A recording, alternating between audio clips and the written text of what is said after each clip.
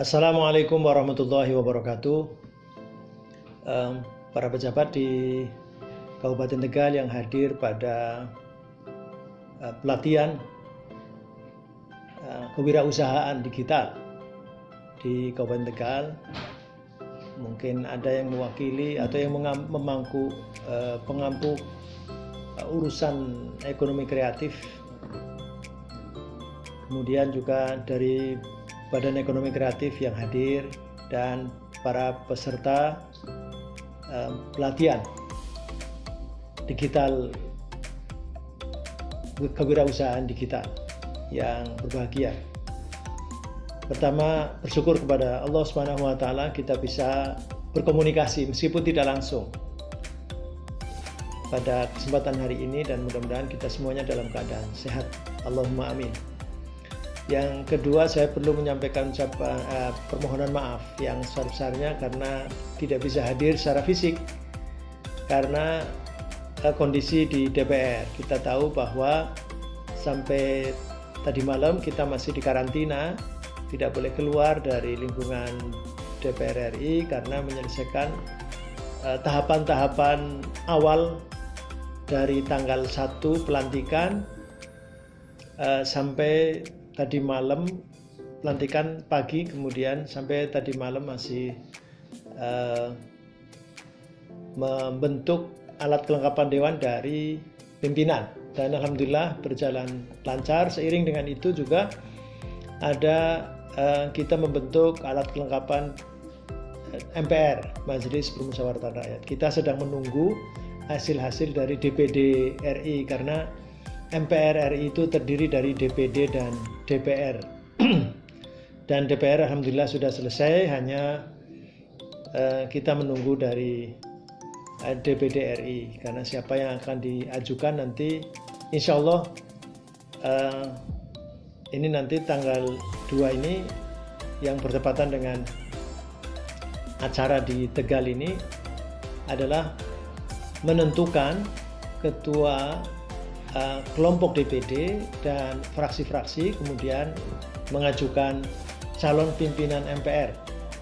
Ini yang saya kira saya juga sebagai anggota DPR tidak bisa meninggalkan forum ini, apalagi andaikan tidak dicapai kesepakatan berupa musyawarah mufakat, maka tentu oleh Undang-Undang MD3 juga oleh tata tertib DPR dan MPR maka dimungkinkan pemungutan suara, maka saya harus hadir.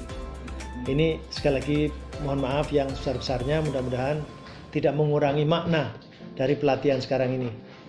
Kemudian selanjutnya bahwa sekarang ini sebagai pemberitahuan juga sementara alhamdulillah saya masih diamanai oleh partai, oleh fraksi juga untuk tetap di Komisi 10, komisi yang membidangi pendidikan.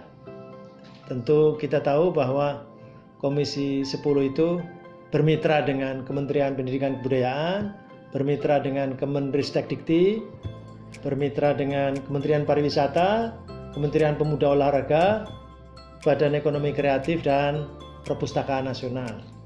Dan kita juga sudah semua mitra kita baik, tetapi juga ke depan punya tugas yang berat karena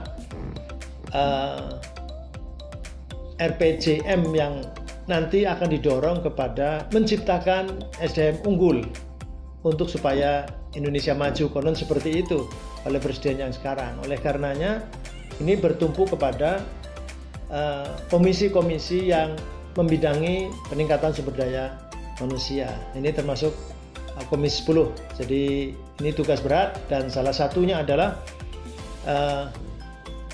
Badan Ekonomi Kreatif. Kita tahu Komisi 10 pada periode 2014 sampai 2019 di akhir itu kita sudah menerbitkan atau mengesahkan beberapa undang-undang, yaitu Undang-Undang Nomor 3 Tahun 2017 tentang sistem perbukuan, kemudian Undang-Undang Nomor 5 Tahun 2017 tentang pemajuan kebudayaan, kemudian Undang-Undang Nomor 13 tahun 2018 tentang serah simpan karya cetak, karya rekam. Dan alhamdulillah sebetulnya kita tanggal 26 September lalu sudah mengesahkan rancangan undang-undang tentang ekonomi kreatif menjadi undang-undang. Kita sedang menunggu diundangkan menjadi dalam lembaran negara oleh Sekretariat Negara, Jadi kita menunggu nanti nomornya berapa. Undang-undang ini dengan undang-undang ini tentu memberikan guideline, memberikan drive, bahkan ada grand design itu juga dipayungi oleh undang-undang ini. Undang-undang anaknya sudah terbit ya di 16 subsektor ekonomi kreatif ini, meskipun belum semuanya, tetapi undang-undang tentang perfilman sudah ada, undang-undang tentang arsitektur juga sudah ada. Jadi undang-undang di bawahnya dari 16 subsektor itu ada beberapa yang sudah terbit, tetapi undang-undang induknya baru disahkan tanggal 26 September 2019 ini. Mudah-mudahan tidak lama undang-undang ini segera dituangkan dalam lembaran negara, dan ini tentu memberikan payung dan memberikan nanti amanat, karena undang-undang ini di samping mengatur dari hulu sampai ke hilir tentang ekonomi kreatif, tetapi juga menjamin kepada pelaku ekonomi kreatif untuk mendapatkan fasilitasi baik itu fiskal maupun non fiskal. Yang fiskal tentu dari pendapatan, belanja, dan pembiayaan. Pendapatan tentu ini ada insentif untuk pajak supaya ada pembebasan, ada keringanan, dan seterusnya. Kemudian pembiayaan belanja, yaitu bahwa pelaku ekonomi kreatif yang sekarang ini mungkin belum dirasakan bantuan, jadi negara hadir atau pemerintah dalam hal ini hadir untuk membantu pelaku ekonomi kreatif, mungkin masih dirasakan sangat minim. Maka dengan undang-undang ini pemerintah, dalam hal ini pemerintah pusat dan pemerintah daerah baik provinsi maupun kabupaten kota sah untuk mengalokasikan anggaran membantu pelaku ekonomi kreatif. Jadi berupa hibah, berupa dorongan, stimulan, dan sebagainya. Kemudian pembiayaan. Jadi pelaku ekonomi kreatif ini nanti dengan hak kekayaan intelektual nanti akan difasilitasi untuk bisa mendapatkan akses baik perbankan maupun non perbankan, yang selama ini meskipun sudah banyak pelaku ekonomi kreatif yang sudah survive di Indonesia ini dan bahkan bagus, bahkan perluasannya sampai ke beberapa negara tetangga, tetapi akses perbankan masih sulit.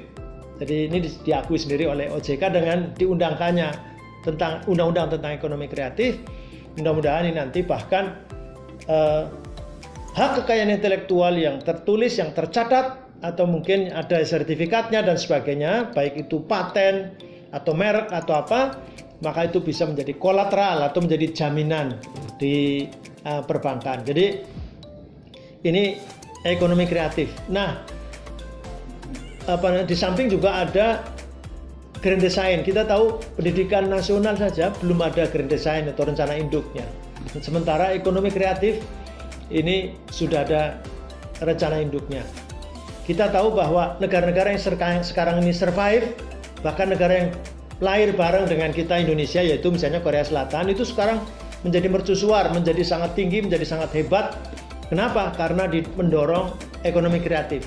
Atau orang lain menyebut dengan digital ekonomi, seperti di Amerika. Jadi Amerika, Inggris, dan Korea Selatan ini sangat maju sekarang. Kenapa? Tidak tergerus oleh gelombang ekonomi global yang cenderung mempengaruhi secara negatif.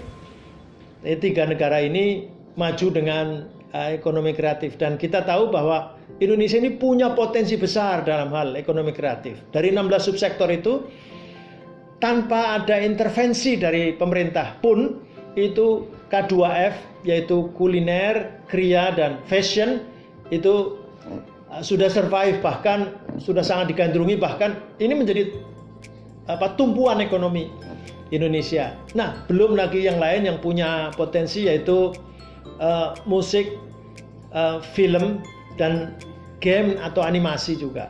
Nah, ini akan mendapatkan dorongan dari pemerintah, dan itu fasilitasi ini nanti bisa kita akses, kita bisa dapatkan dengan undang-undang ini, penerapan undang-undang ini. Tetapi sekali lagi, karena indeks kreativitas kita Indonesia ini masih dinilai lemah, masih di bawah Thailand, masih 100 ke atas nomornya. Oleh karenanya pelatihan-pelatihan tentang digital ekonomi, tentang digital entrepreneurship atau kewirausahaan digital ini perlu didorong. Jangan sampai kita kecolongan di beberapa tempat. Kita punya potensi seperti misalnya yang lagi ramai di Papua Barat, misalnya ada Raja Ampat, tetapi ternyata yang menjual Raja Ampat ini bukan kita yang secara maksimal, tapi ada travel agent dari Italia misalnya yang bisa secara sukses menjual Raja Ampat. Kenapa? Bukan kita yang menjual, karena memang kita minim pada digital, jadi pemasaran secara digital. Sekarang ini sudah masanya semua dipasarkan secara digital. Sekali lagi, nanti ini dengan banyak pelatihan-pelatihan seperti ini, nanti kita akan merasakan menumbuhkan ekosistem ekonomi kreatif ini menjadi tumbuh kembang, dan nanti akan menopang ekonomi masyarakat secara keseluruhan. Dan ini potensi kita besar. Kita sudah terpuruk dengan mengandalkan sumber daya alam kita. Nah, oleh karenanya tidak ada jalan lain kecuali bahwa the most valuable capital is invested in human being, bahwa modal yang paling berarti adalah yang diinvestasikan pada manusia, dan kita punya manusia dari segi jumlah juga banyak, kemudian dari segi kreativitas sungguhnya bisa dinaikkan, dan faktanya kita punya banyak potensi, tapi kita tidak banyak yang termanfaatkan, dan bahkan mungkin dari sisi tertentu masih dinilai rendah. Oleh karenanya, supaya bisa bersaing di kawasan atau secara global bahkan, maka pelatihan-pelatihan atau digital entrepreneurship seperti sekarang ini menjadi sangat penting. Mudah-mudahan bermanfaat bagi semuanya, bagi hadirin dan bagi semua yang ikut dalam pelatihan ini, dan selamat berkiprah. Mudah-mudahan bermanfaat bagi diri sendiri, bagi keluarganya, bagi masyarakat, dan bagi bangsa. Dari Tegal untuk Indonesia. Assalamualaikum warahmatullahi wabarakatuh.